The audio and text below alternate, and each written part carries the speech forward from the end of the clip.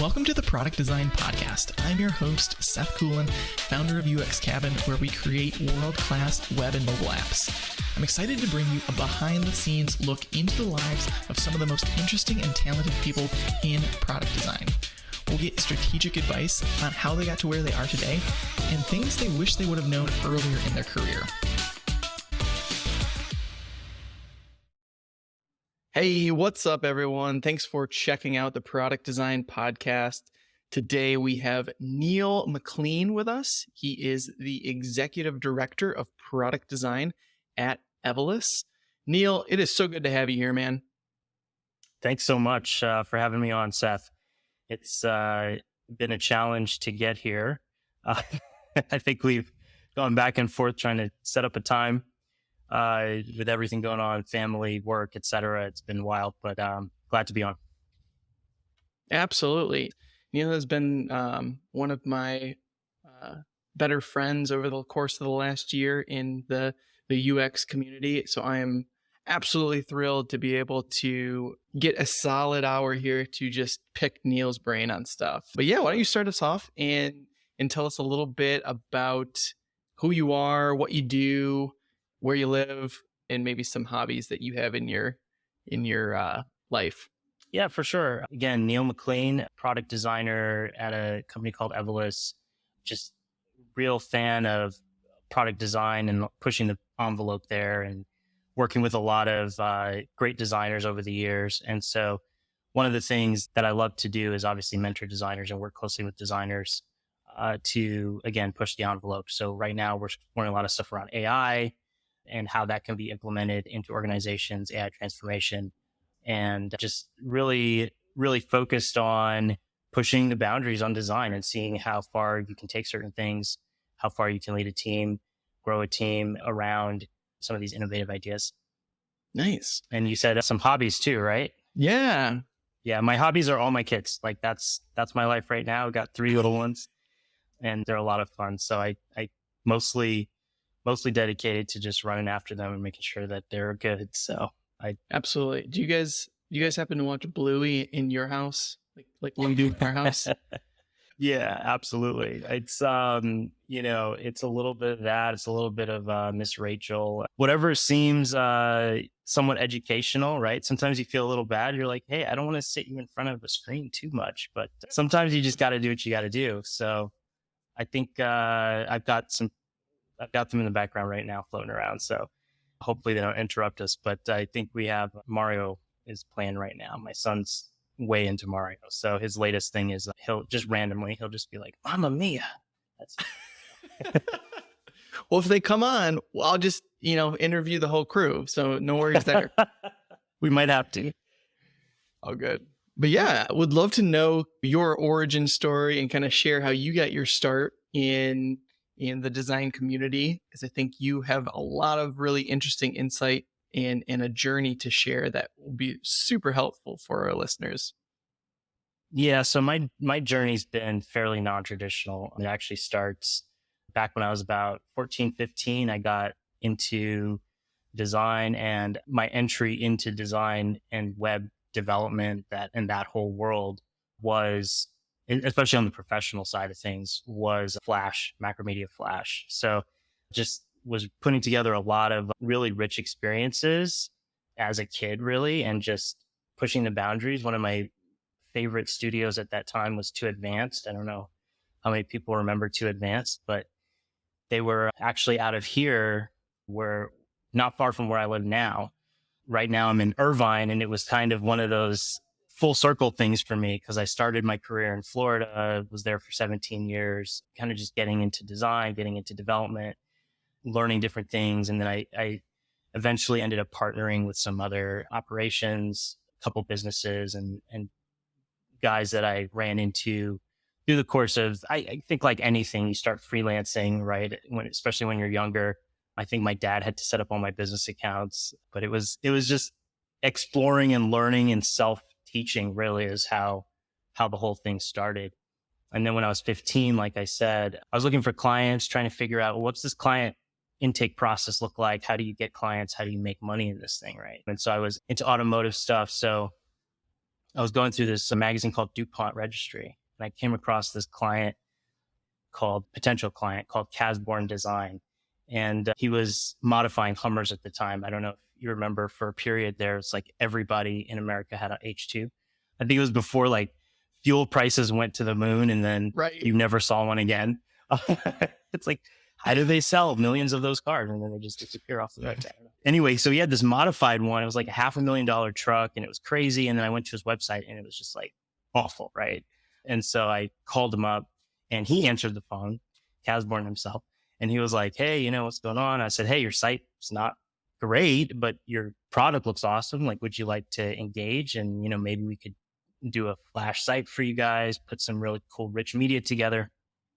He was like, yeah, that sounds cool. And I was like, how much would something like that cost me? And I was like, well, probably about $10,000, right? Of course, I'm 15 years old. And this was back in 2001 or something. Wow.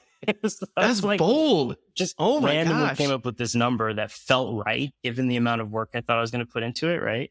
And he was like, okay, 10,000, that sounds pretty good. He's like, send me an invoice. We'll get started. I hung up the phone and I was blown away. I'm like, I'm 15 and I just made 10K.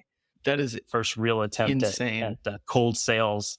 So that just kind of kicked things off. I figured at that point, it was probably a pretty good industry to get into if I could pull that off at 15. So it hasn't failed me yet. So here we are some 20 years later, we're still at it.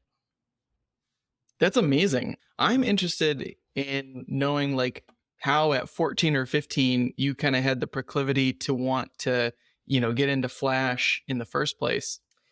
Yeah. So computers were something that my mom introduced to me. I was homeschooled through high school. So she was really instrumental in just getting me exposed to technology and computers early. And I wasn't allowed to play a lot of video games. So we didn't have like video game consoles or anything like that. But rich media like video and presentations and things like that were really interesting to me. And just, I wanted to create. And then music was really important to me as well. I was classically trained on the piano. And so I would bring all of that into like orchestral arrangements and things that I would put together and record. And so then mapping like experience to music and creating that entire world within Flash was just like a perfect match. And so I was doing quite a bit of it and just kind of grew into it. And I was like, wow, like people need this professionally as a service. Like, let me see what I can offer folks. And that's where that whole thing kind of started. That's fascinating. Looking back, do you feel like homeschooling helped you be able to put more time into learning these things and doing these things than you might have had if you were in a more traditional school setting? Yeah, absolutely. I mean, being able to focus on that time when I was most creative, whether it was like late at night or during the school day when I would normally be doing, be stuck in my seat, somewhere else, I think gave me the opportunity to really explore that. And then from a business perspective, as a kid, if you're trying to run a business at 15 and start out, it's hard to do that if you have classes to be at and you can't take calls at certain times. I don't know to this day if that client realizes how young I was when we closed that deal. I was signing contracts, sending them contracts, signing contracts that had like no legal holding because I was only 15. But when I'd get on the phone and I'd put on my deepest voice, yeah, like let's do business. Like it was wild. I met up with the investor who founded the whole thing, or paid for the whole thing rather, a little bit later, and he was like, how old are you? I was like, don't worry about that. But yeah, we've been working on this for 5 years and I'm only 20. So. That's amazing. I think one lesson for sure is like that you can take away from that is just the boldness there, right? You don't get what you don't ask for. That's it. And regardless of what your skill set is or whatever, it's like you kind of need both the skill set and you need the boldness to be able to make the ask or put yourself out there. And those are two very, very different skill sets. Yeah, it's funny. Over the years, I think in some ways I've become more conservative. When you're 15 and you're just stepping out into the world of tech and it's a new thing, at the time it really was. I don't even know if UX design was a term at the time when I got started, right? Like I feel like the sky was the limit. And I used to have all these ideas of being a millionaire by the time I was 20 and it all made sense, right? And over the years, life kind of teaches you like, well, maybe it's not always that easy. But I have to remind myself of that kid sometimes. And it's like, you can ask for more. You can push the boundaries, right? You can kind of define your own world, because it's absolutely the Yeah, truth. It's just, I talked to a friend about some stuff around tech and finance and whatnot. I'm like, ultimately, it's just all a game, and how well you play it is up to you.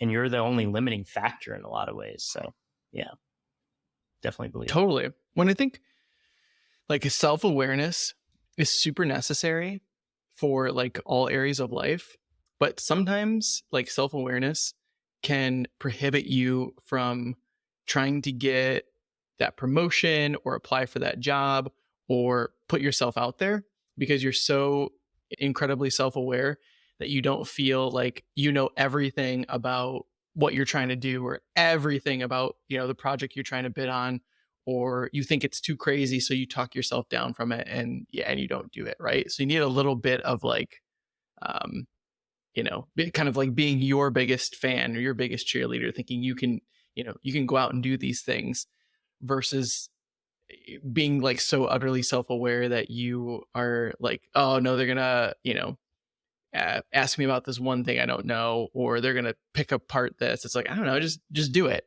what what's the worst that could happen?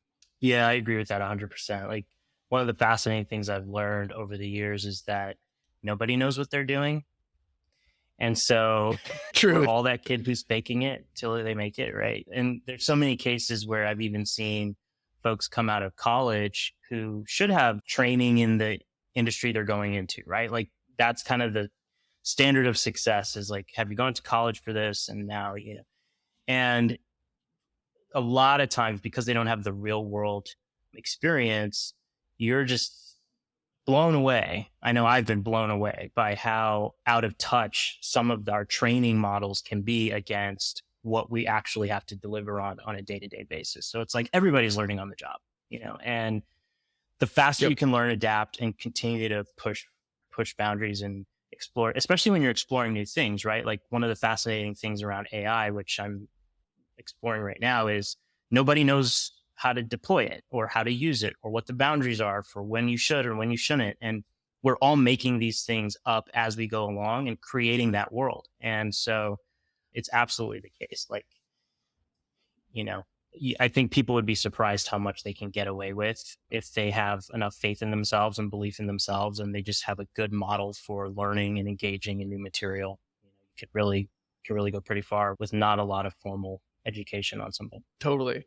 Absolutely. Yeah. And I think there's a good case to be made that I think apprenticeships are going to probably start coming back in greater form, right? Where it's like, if you just take any random UX person in a company, and it's like, would you rather this person go get a 4-year degree in like human interaction design and then come to you, or would you rather like train them for a year and then have them know all your processes, all the things that you want to do in the way you do it? I mean, personally, it seems pretty advantageous if for both parties, it seems like interests are aligned. If you can say, hey, I'll pay you a smaller wage to come here and kind of learn and do things and intern and apprentice under us, and then in less time you could probably get like gainfully employed through this model. But yeah, I don't know what the future holds for that, but it's interesting to see how the landscape of education for our field is changing. Yeah, absolutely. I mean, I've taken folks from fresh out of college to they've been doing this for a while to I've never formally been educated as a designer, all the way through to senior, right? So, you know, almost any experience level you can think of, all the way through to mentoring them through senior level titling. And in every scenario, it's just been fascinating how little it matters where they've come from. Some people have a knack for it, some don't so much, but if you're willing to put the hard work in, anybody can achieve it. That's something I've learned as well. So it's a fun space because the barrier to entry is so low. It's just, for me, how much determination do you have? How much do you want it? Totally. Yeah. And I think it's like, if this is something where you can, just lose yourself in it for hours on end, like it's energizing to you, you're always interested in trying to copy this design or this approach, and it's not like work to you, you're going to get much better at it. You're going to get really good at it, and your skills are going to grow. I think, to your point, like you can, it's not rocket science, right? So it's like anyone can learn this given the, right environment and time and all those things. But if you're kind of evaluating if this is for you or not, it's like if it feels like drudgery to you to kind of do these things, maybe it's not the best fit. Like maybe you want to be more, like a developer or a project manager or, some other, you know, orbiting sphere around this. And, just trying to figure out what aspect of product design or UX energizes you, right? So it's like maybe it's research, maybe it's design, maybe it's design systems, but just finding that thing that energizes you where you can get lost in it for hours on end. 100%. It's so varied, the skill sets that are required to properly build a product and design a product these days, that even if you don't consider yourself a proper artist or have artistic ability, which I wouldn't say that my artistic ability is my strongest talent that I'm bringing to the table, there's still opportunity. There's so much opportunity to work with teams, grow teams, lead teams. If leadership's your thing, obviously, like you said, you can pivot into the development side or the product side very easily. And having a background in design is guaranteed to make you a better dev, especially if it's front end. I mean, it's guaranteed to make you a better product person. Yep. Being able to master flows and understanding how these things come together, what's the foundation for these projects, being able to explain and define your product requirements as a designer has come in handy many times that I've been working with. I talk about product managers a bit because I pivoted into product management for several years myself. And I find there's two types. There's your product owners who are very visionary, and then there's your product owners who are very tactical, like we're here to get this done, right? And when you work with a visionary product owner, it's very inspiring, but often you don't have the tools you need to get the job done necessarily. The execution piece might not be there so much.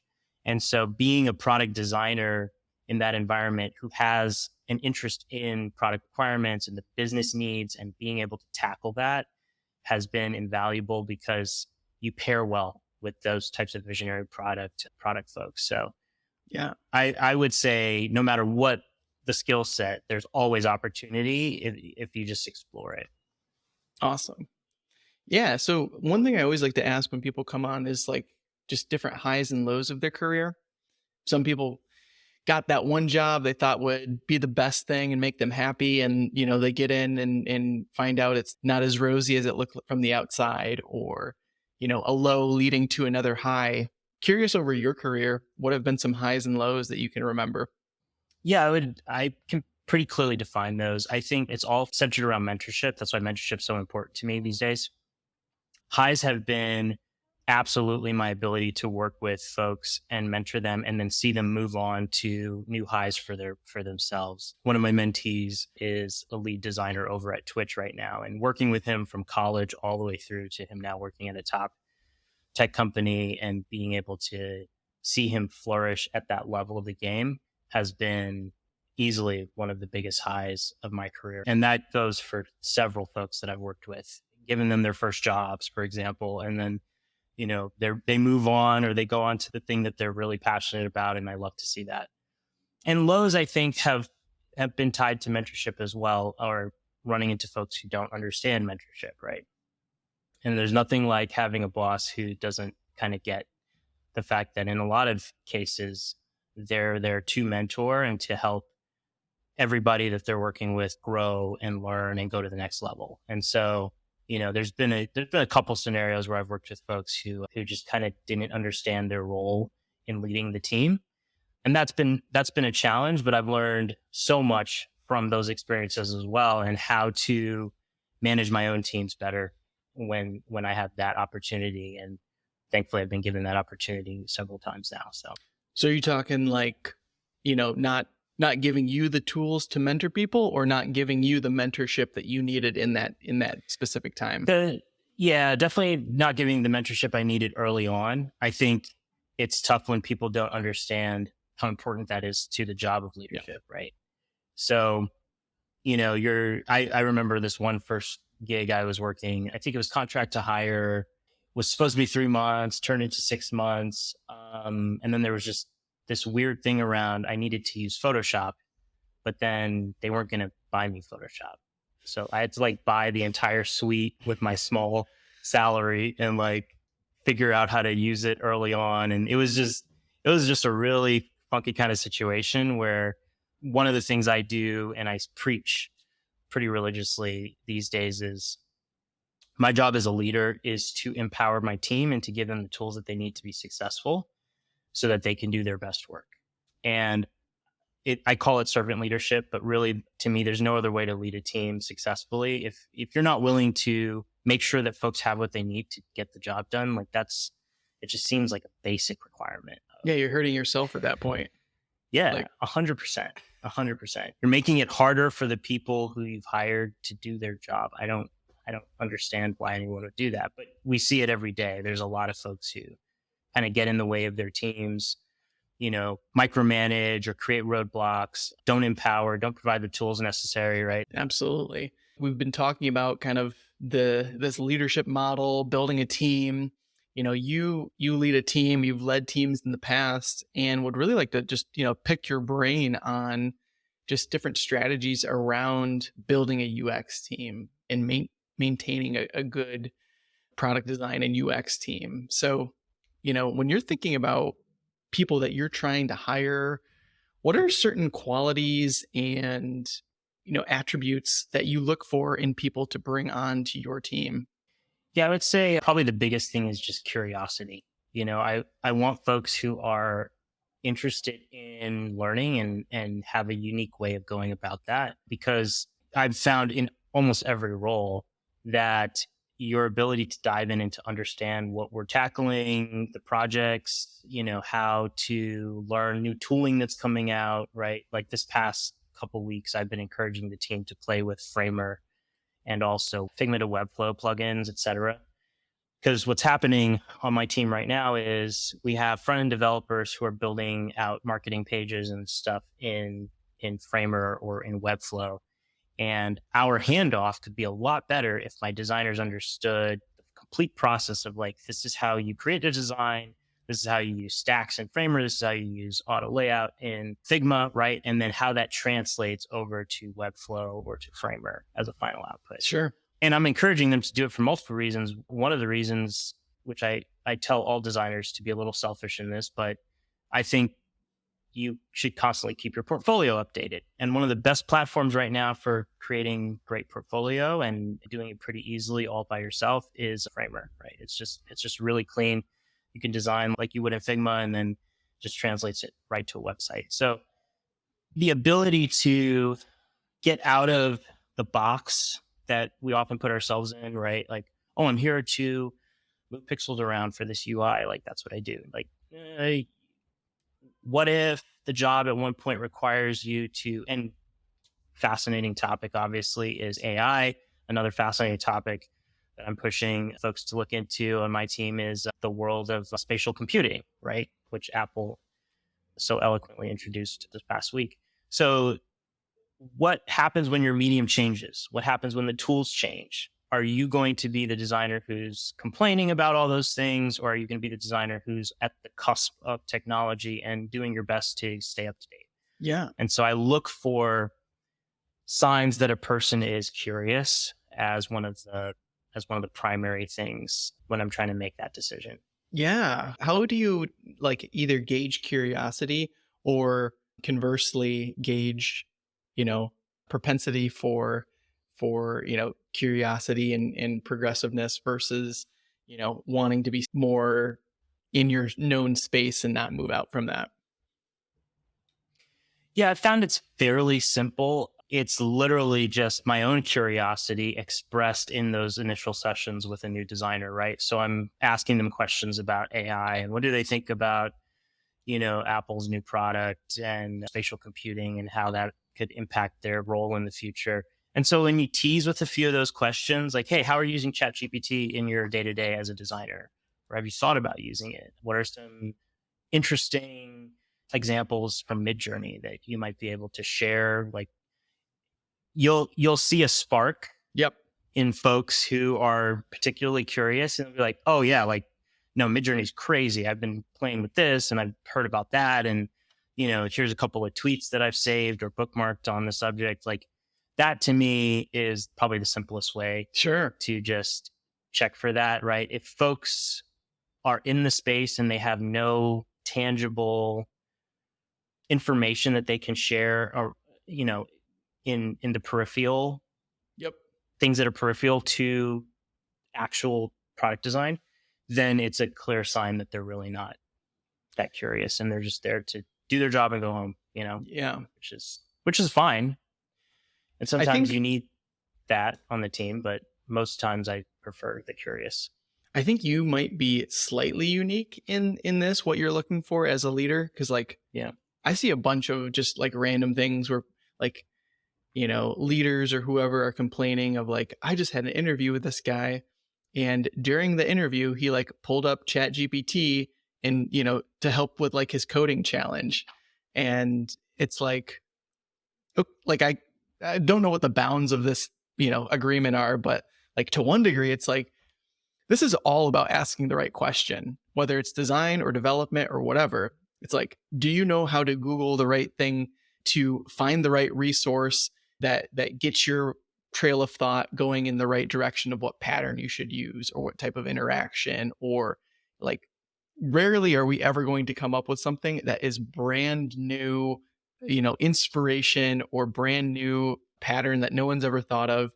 Everyone's reusing everyone else's ideas or inspiration or thoughts, from ideas to buttons to forms to flows, right? So if we can ask the right questions, we can get the right answers.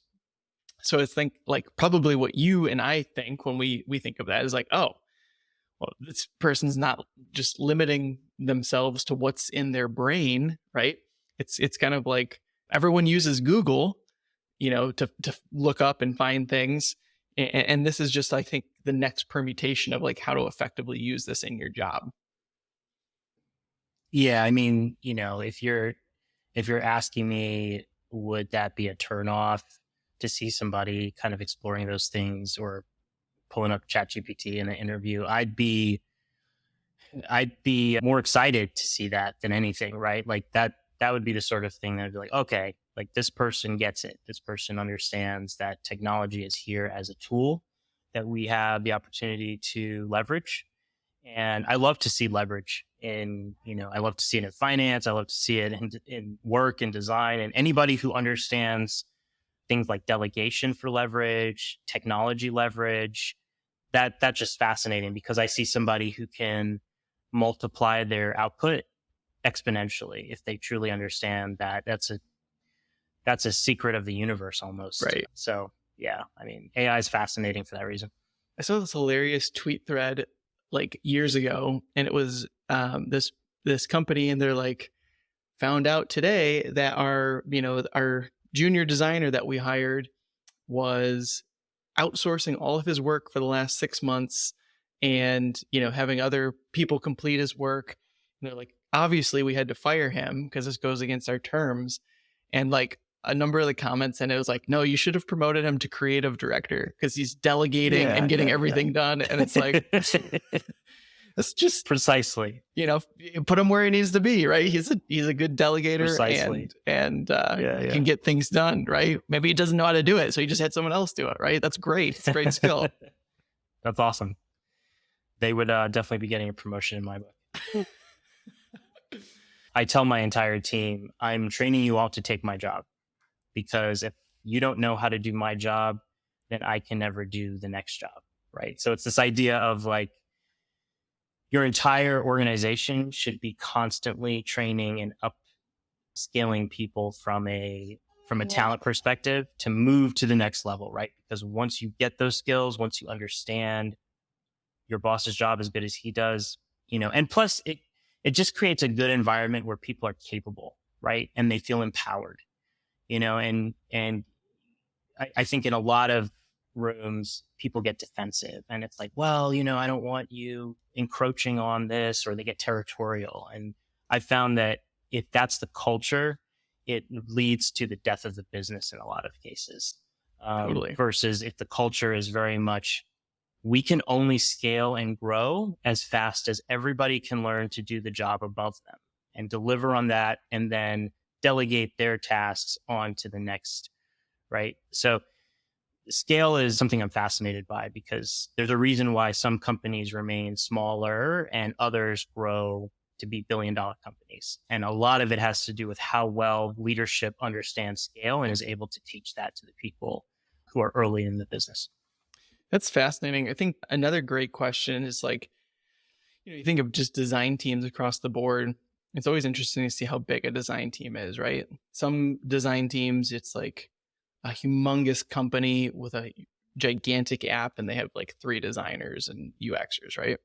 And then other times it's like, oh wow, this company has a team of 15. How do you gauge the size of like the appropriate size for what a UX team should be for any given product or initiative?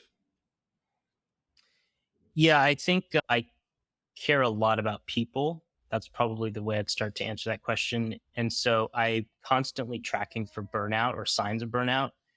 And you want to, my rule of thumb is, if you're spending more than 50% of your day, which is about 4 hours out of an 8-hour day, actively in the work of like, I'm grinding away at these pixels. So a lot of people might not agree with me on this, but if you're spending more than half your day, like actively mentally engaged on that visual design process, then you are tapped out. It's time to add another designer. So there are times when it requires a designer to run at 80, 100, 120% capacity, right? But those times should be a couple times a year for pushes for some big delivery.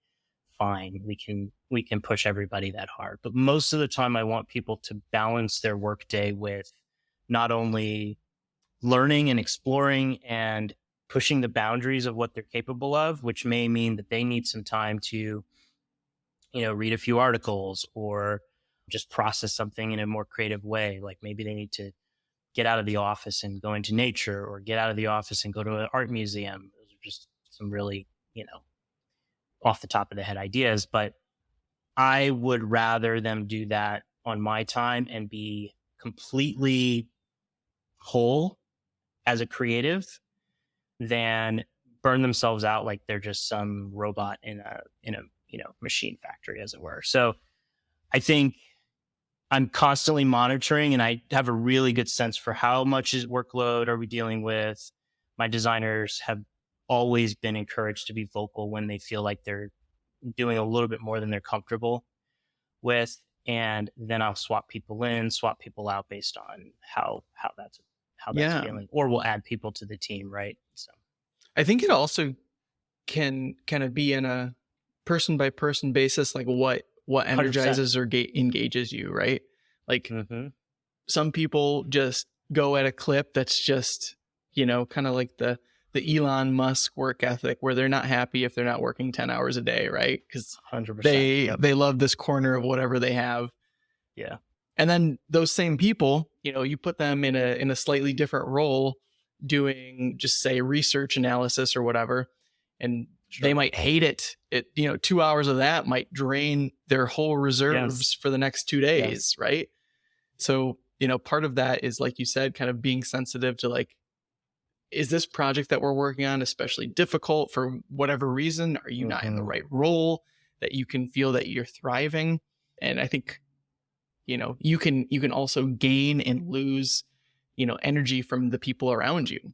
Maybe you're super pumped to work with the people on your team because they're great, or maybe there's one person who's an energy suck and they just drain Yeah. everyone else. So it's like all of these little Yeah. levers and things that you're evaluating as a leader to make the appropriate decision. Yeah. It's very variable. And for what I try to explain to folks is it's seasonal, right? So like this period in your life, you may be young and hungry and you may be willing to do 10, 12 hours of work. But then I've seen those same people burn out a couple of years in and they don't want to touch design at all. And so what I tell folks is a career is a marathon. A lot of folks, especially younger folks that I tend to try to hire and work with, don't understand that they have 30, 40 more years of this, right? Right. So what I'm giving you, it gets heavy when you really think about it. When I'm giving you an opportunity, this is your first job ever. I want to set a baseline for you that this is a marathon. And I don't want folks on my team ever thinking that it's okay to be overworked by an organization or burn themselves out just because they even have a passion for it. Like one of my mentees, he'll be very, very passionate about things, like too passionate. And you're like, wow, this is great. Like, let's leverage this all we can. And then next thing you know, he doesn't want to touch it. Right. It's like, no, I'm good. And that to me that's not how you build productive teams. That's not how you build long-term sustainability within an organization. And another thing I found is just that from a pricing model perspective, whether it's agency or within budgets within an organization, if you're not budgeting so that your team can hopefully do their best work and be comfortable doing it, then there's levers that need to be pulled on the intake side, right? Like let's charge this client more so that our team can do this more comfortably. Yep. Is kind of the way I tend to think about it. I would hate to run an org or be part of a team where they're looking to me to guide that cadence and I'm just maxing everybody out and, you know, the team's overclocked and about to fizzle and burn out any minute. Like I've been on teams like that in the past and I've understood the longevity is the real goal. What you'll also find, I think, is when you burn folks out, they leave. So you do all this investment work to get them up to speed, to mentor, to train, especially when you're working with newer designers like I tend to. And then those folks are gone, you know, and you've wasted how many cycles of really precious senior time and Right. and mentorship time on folks who aren't willing to stay long enough for you to recoup that investment. So, Have you ever faced burnout? yeah, absolutely. The first 3 years, I worked in official capacity as a creative director. I was running a team of about 20, didn't have a ton of training leading into that. It was kind of like a quasi title. Stepped into it, did a great job. I've been told by folks long since I've left that was probably some of the best work that they've seen, even though at the time it was really stressful for everybody involved.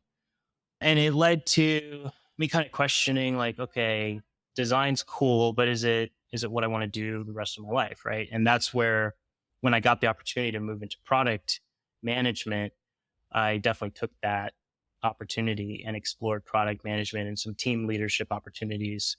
And I really fell in love with the mentorship piece. I fell in love with stuff that was adjacent to design. And then I burned out on that, right? So what I found though, and this is a tip for anybody listening, but startups are hard. You know, for a lot of folks just coming into career, it's on, you know, startups will sometimes give you the best titling and the best opportunities out of the gate, but you shouldn't stay there longer than you need to. In both of those cases, I was at those companies for 3+ years and I should have really only been there for about a year and moved on. Yeah. And, you know, in one case, what was a pretty good situation turned into kind of this toxic, like product failure / organizational, you know, misfit and failure. And there's just not a lot you can do when your CEO decides to take things a certain way and you don't have any say in the direction that we're going, right? So at the end of the day, I think people need to respect themselves enough to move on when they get a sense that it's not a good fit and not allow burnout to turn into something that impacts yourself, your family, your career, et cetera. Totally. So, What do you think is like, if you find yourself burnt out, what's the best thing for you to do? Take a vacation, reorient yourself somehow, not touch work for, you know, for a week. What? yeah. In the right orgs, I think they'll give you enough time to explore what that means. I think most orgs aren't the right orgs.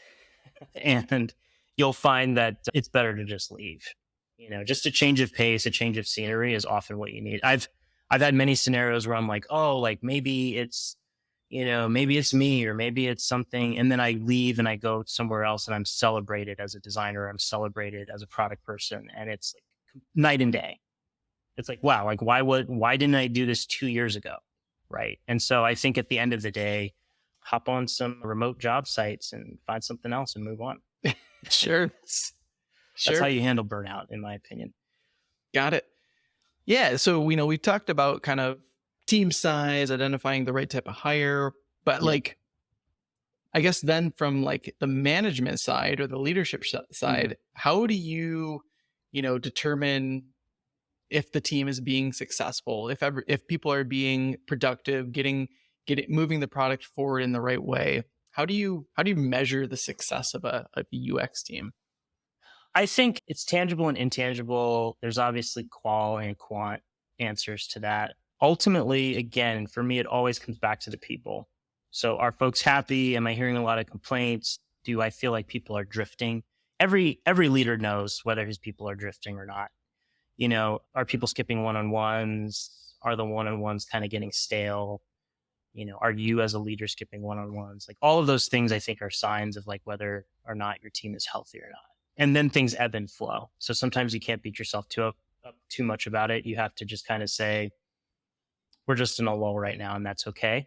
But that has to be communicated, because oftentimes your people don't understand that. So they get, I've seen this where, and I've been in the position where you kind of get really nervous, because it's like, what's going on? Is there enough work? Is there enough? Are they about to like lay off half the company? I dealt with a lot of layoffs at this one startup, and it was always that super awkward, like, oh, what's going on? Do we have enough money? So it's something where I think you can sense it. You can sense the health of the team. And the number one thing that I've found that's critical is just communicating through it. People feel so much more comfortable and they're willing to keep putting their best effort in, which is often critical in tough times for a business, especially when you communicate and when you're just open and you say, hey, look, this is what we're facing. This is how it's working. This is what is working. This is what isn't working. People appreciate it and they rise to the challenge. But Totally. that's what I've found from a health perspective. Yeah. Do you, from a individual performance level, right? Like, Yeah. how do you take someone who, might not be performing the way that you Mhm. want them to on the team to get them, leveled up, whether that's, soft skills or hard skills? How do you Yeah. typically go about that?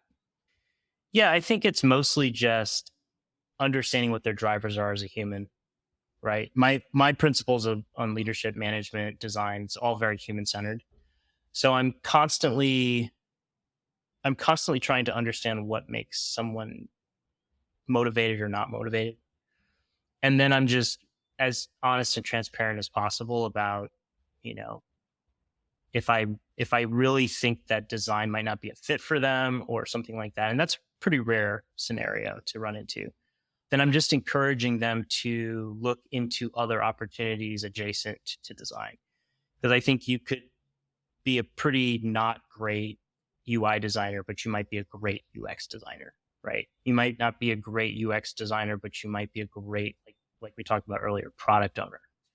Product may not be your thing, but maybe research is, right? And so because there's so much overlap between all of the roles, then I'm usually just trying to throw opportunities and tasks out that allow them to explore some of those things. And then a lot of encouragement when they find that there's something that they're passionate about or that I see them particularly having an aptitude for.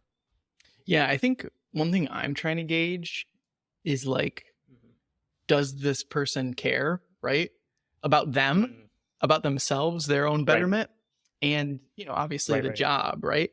Because like Yeah, sometimes, yeah, it always reveals itself, right? Where if someone doesn't care and then you're like, yeah, hey, let's figure out like, is there something going on, personally or professionally, or like, let's, get all those bases covered. Do you have everything you need to be yeah, successful? And yeah, then yeah. kind of these stages, right?